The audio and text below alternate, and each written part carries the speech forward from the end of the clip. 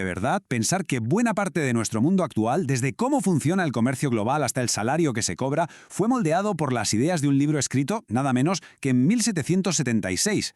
Vamos a ver cómo La riqueza de las naciones de Adam Smith sigue siendo súper relevante hoy en día. A ver, puede sonar un poco loco, ¿no? Pero la pregunta clave de todo esto es justamente esa.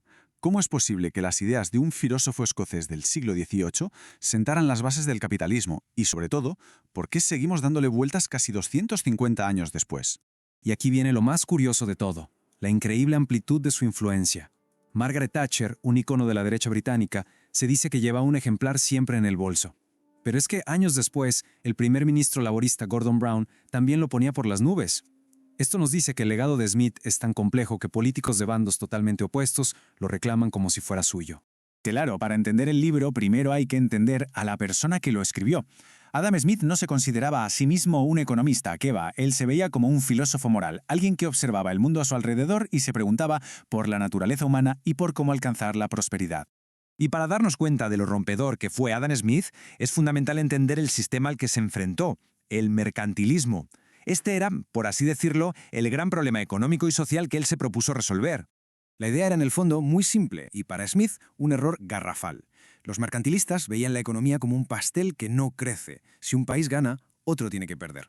El poder del Estado, acumular oro y plata, eso era lo único que importaba, muy por encima del bienestar de la gente de a pie. Esta cita, es que lo dice todo sobre cómo se pensaba en la época.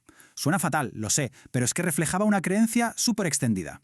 Que la pobreza de la mayoría era buena para la nación. Bueno, para sus gobernantes, más bien. Así los salarios se mantenían bajos y la gente no paraba de trabajar. Smith se rebeló completamente contra esto. Y entonces llega Smith con su gran solución. Una idea que hoy nos parece de cajón, de sentido común, pero que en ese momento, fue una auténtica revolución.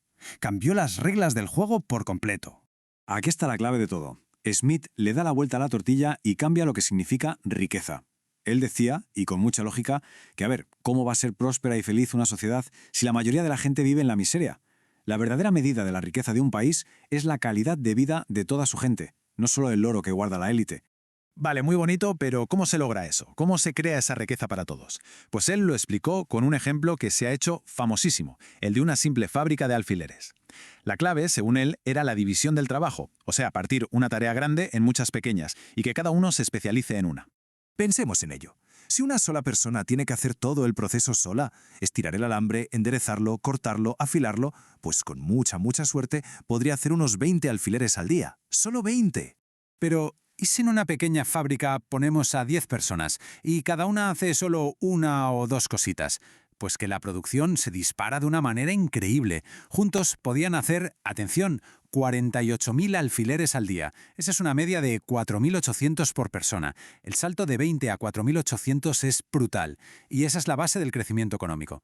Y esto nos lleva, claro, a su idea más famosa, la que todo el mundo ha oído alguna vez. Smith decía que, el carnicero o el panadero no te preparan la cena porque sean buena gente, sino porque buscan su propio beneficio.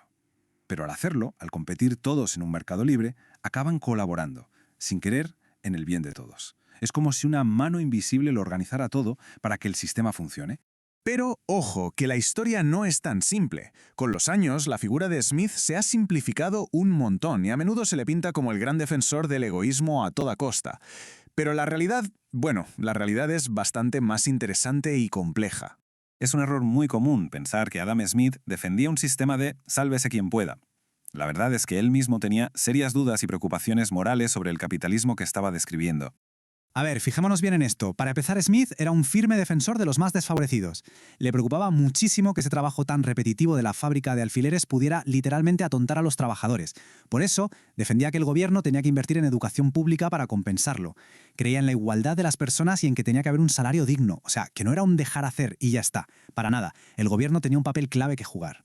Y todo esto, claro, nos trae de cabeza al mundo de hoy. Porque esas tensiones, esos matices que Smith ya identificó hace 2 siglos y medio, son, en esencia, los mismos debates que tenemos sobre la mesa ahora mismo. Por una parte, hay que decirlo, su visión ha sido un éxito rotundo. La globalización, el comercio mundial, todo eso ha crecido a lo bestia, como se ve aquí, y ha creado una cantidad de riqueza que nunca antes se había visto, sacando a muchísima gente de la pobreza, justo como su modelo predecía. Pero claro, siempre hay un pero. Por otro lado, la desigualdad sigue siendo un problema gigantesco. Y aunque ha habido mejoras, la brecha sigue ahí. Esta es la otra cara de la moneda, justo la que le quitaba el sueño al Adam Smith filósofo, al que se preocupaba por si el sistema era justo para todos.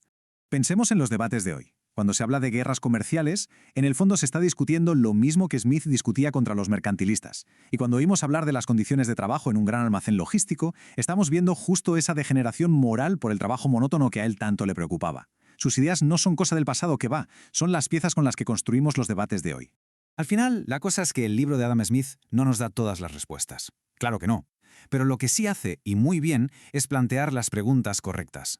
Y después de 250 años, esa búsqueda de equilibrio, ese tira y afloja entre un mercado eficiente y una sociedad justa que él empezó a analizar, sigue siendo probablemente el mayor reto que tenemos por delante.